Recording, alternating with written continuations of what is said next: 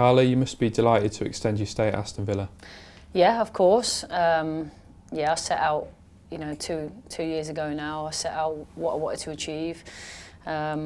We spoke to the club about a direction that I wanted to take it in, and I think we're well on track with that, so it was important to extend it and continue that journey. You've often stated that you're looking forward to each upcoming game, one game at a time, but when you reflect, what do you make of the improvements that have been made under your management in the last 18 months or so? Yeah, it's important. It's important that we developed in the right way. It was important that we set out a clear strategy, and we pulled that strategy up last week and had a look at where we are. There was a lot of elements of that, not just on the pitch but off the pitch, and I think we're developing really well as a football club. So that's important, number one, but it's also been an enjoyable journey because we're at a football club that is fully supportive of its women's team, and the fans make it enjoyable as well. So yeah, it's a good position to be in. What have been the highlights for you during your time in charge? I'd say number one, progression, because that's always important and that's ultimately how you're going to be judged. But I'd say two games in particular. One, the win over Blues at St Andrews with Neats popping up at the back stick, and then who can forget the opening day of this season, beating Manchester City on home turf, so at Villa Park. So that was important, but overall I think the progression is probably the highlight because it's key to achieving what we want to achieve. Again, harping back to things that you've mentioned in the media in your time in charge, you're not one to rest on your laurels, but has the rapid growth and the development of this women's team surprised even you? Yes and no.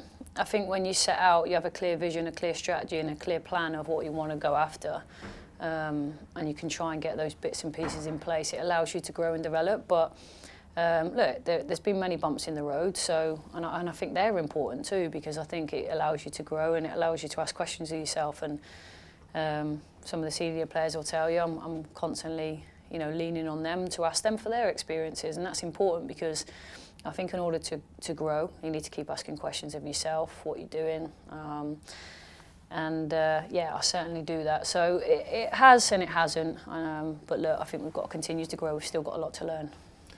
You've undoubtedly helped aid the development of the women's side, as we've mentioned, but how beneficial has being at this club helped you in terms of your own growth?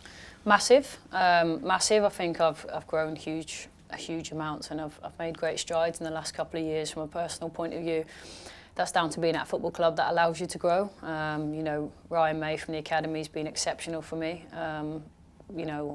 Constantly battering his phone, asking for new ideas and looking at different ways we can improve. And even bringing in, like I said, the senior players with a lot of experienced players that have won things. They've also helped as well, and I'm not shy of saying that because it's important that you can lean on people. It's important that you can ask questions, and it's important to want to keep learning. But I always want more, as everybody knows, as you know. I certainly don't rest, and I certainly want to keep improving, but I'm at a football club that allows me to do that. Do you share the fans' excitement in what the immediate and the long-term future could hold for this team and this club? Yeah, of course. I think where we're at now and where we were at 2 years ago, if we look at now the next 3 to 5 years, what we want to try and achieve, it is exciting. But overall, I think women's football is becoming exciting. Everybody talks about it now. No matter where you go, people know. The players are getting recognised. The staff are getting recognised. People want to talk about the women's game. You're at the men's game, and everybody wants to discuss it, and that just shows the growth. And I think that if we can continue to perform on the pitch, hopefully that excites fans, but new fans as well, and hopefully we can get a bigger audience. You mentioned Manchester City previously. What kind of challenge will they present to your team on Saturday? Different game altogether. I think it's going to be a tough game. They're 12 unbeaten now. They've won again last night. So, yeah, I think it's not going to be I wouldn't say straightforward, but at the start of the season they had a very, very different team. A lot of changes in the summer, so that was a really key moment to play them. I think this will be a very different game. At the Academy Stadium, they don't often drop points, too many points there, and like I say, I think Gareth Taylor's done a very good job. So It'll be tough, but look, you know, we're a good side. We've got some exceptional players in the building, and we'll be ready. Visits to the Academy Stadium have been difficult for us as a club since our promotion. You mentioned a lot has changed since September, but how much heart can you take from the season opening win against City? Yeah, not just the opening win, but the way that we're developing as a group, you know, and like I alluded to earlier, when you've got the youngsters coming through that are thriving, you've got experienced players that have come in and helped the group. We're in a far different place, you know, we're developing both on and off the pitch, and I think we're in a good place to go and try and compete. I think it's important that we give a good account of ourselves, and I think it's important that we can show just how far we've come.